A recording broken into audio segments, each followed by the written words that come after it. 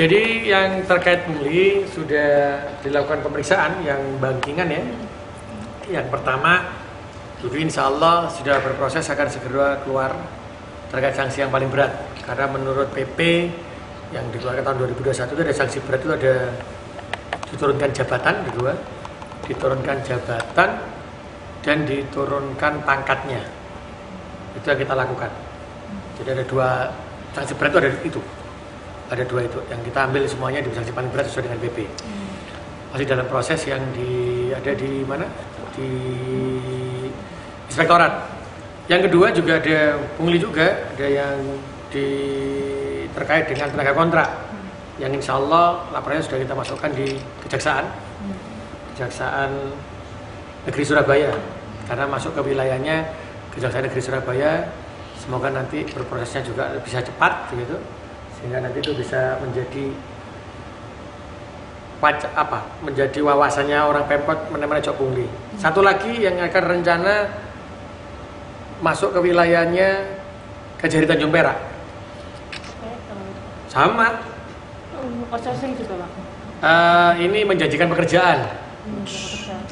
Tapi tapi dia masih juga outsourcing juga. Yo outsourcing di telepon yo mendem, outsourcing yo mendem pisan. Ya, bukan. Jadi ini dimasukkan di Kejaksaan Negeri Tanjung Perak ya. Mungkin laporannya besok baru tapi saya sudah telepon Pak Kajari. Jadi nanti besok ditunggu untuk ditindaklanjuti. Jadi laporannya juga dimasukkan oleh teman-teman OPD.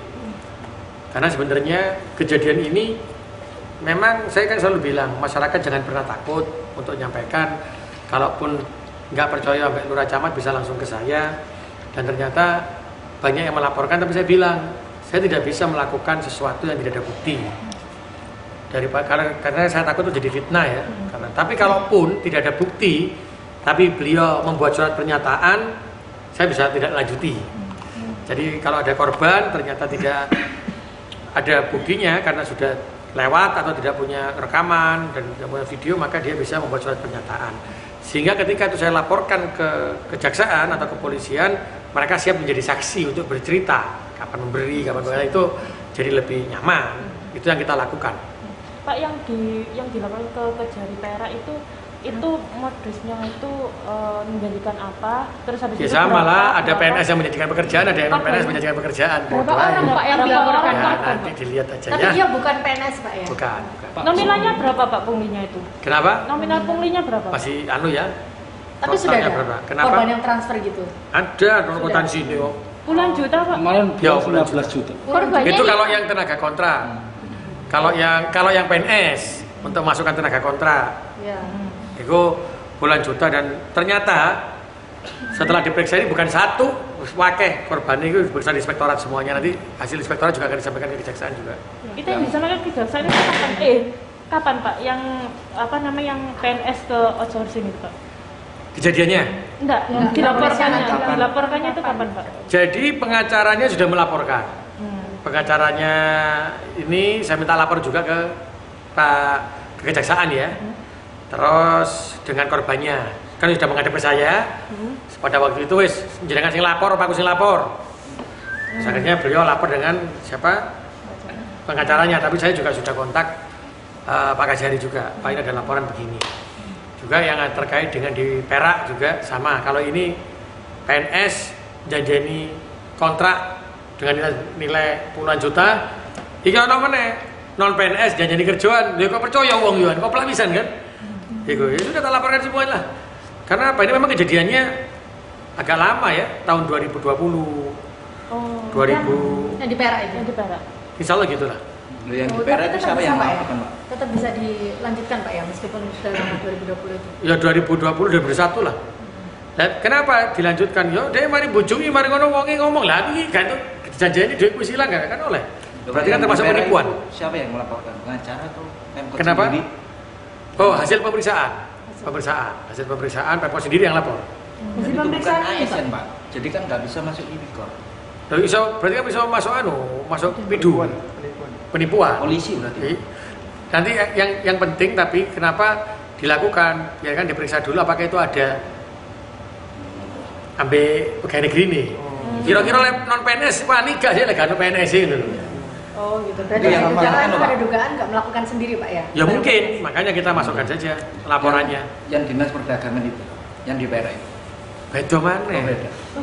Ada Tunggulah berapa nanti berarti, Pak? lihat. Berarti ada berapa Pak pungli? Kasus punglinya ada berapa, Pak? Jadi sebenarnya kasus ini ada beberapa ya. Warga itu kan sudah terjadi, tapi mari ngono setelah saya membuka diri, ayo laporolah yang tahun 2020, 2021 awal terus 2019 itu dilaporno. Dari situ saya bilang, gak apa-apa pakai orang bukti nih. Ada bukti kwitansi atau bukti video. Kalaupun tidak ada, maka buat surat pernyataan. Sehingga apa? Pada waktu laporan ini tidak lanjuti, maka dia sanggup untuk menjadi saksi. Makanya enak toh. Nah kejadiannya ya memang agak Lama. atau orang emosi kurang, tapi kan nggak bisa pemerintah diam terus. Makanya saya berharapnya di zaman saya sejak Februari 2021 itu ya pemerintah ini berani terbuka. Terus yang kedua dia bisa melindungi masyarakat. Yang ketiga lewat laporan ya kita bisa menindaklanjuti. Ojo dilaporin menengahi gitu. Tapi kalau yang laporan yang di nomor telepon yang ada di inspektorat selagi dia tidak bisa memberikan bukti, kawannya soal pernyataan juga tak lanjuti, berarti kan ya fitnah. Itu. Kalau korban yang sempat diancam kemarin tuh korban yang 5 itu Pak, katanya gimana Pak? Ya enggak pokoknya ada lah. Nanti dilihat dulu ya. Berarti Itu datanya ada bocor, 3 Pak? ya Pak ya? Kenapa? Datanya bocor. Ya enggak. Ada yang Enggak bocor. Ya mungkin ngerasa ae be yo. Wah iki sing ndi Pak Wali iki sing ndi. Wah telepon isi ae kabeh mungkin lho aku. Pak, kalau berarti ini ada 3 ya Pak ya? Jadi Ada 3 kasus. gabungan, terus kemudian yang PNS, terus yang non PNS itu. Ya. Nah, yang non PNS ini sama juga outsourcing tadi ya Pak? Menjanjikan apa dan berapa Wis padha ae kerugiannya? lah. Sama ya Pak ya? Menjanjikan pekerjaan. Sama juga yang ditarik Pak, berapa yang ditarik? Ya hampir-hampir sama lah. Nanti dilihat dulu ya. Bocoran mungkin ini Pak, beliaunya itu bekerja. Bocoran ban lah kok bocoran. Sama, Semua PNS jikalau pernah ditahan kasus apapun, kalau dulu kan kasus korupsi, saya enggak ditahan selama 1 tahun, maka dia dipecat. Makanya kan eman toh, maksudnya di pensiun, terus orang kejadian, akhirnya gak dapat pensiun. Makanya hati-hati lah. Sanksinya kan macam-macam. Sanksi paling berat itu tadi penurunan jabatan, terus non-job jabatan, itu sanksi paling berat itu. Nah kalau dia itu sudah pidana berjalan, terus ada sanksi selama 1 tahun, berarti kita baru bisa dipecat.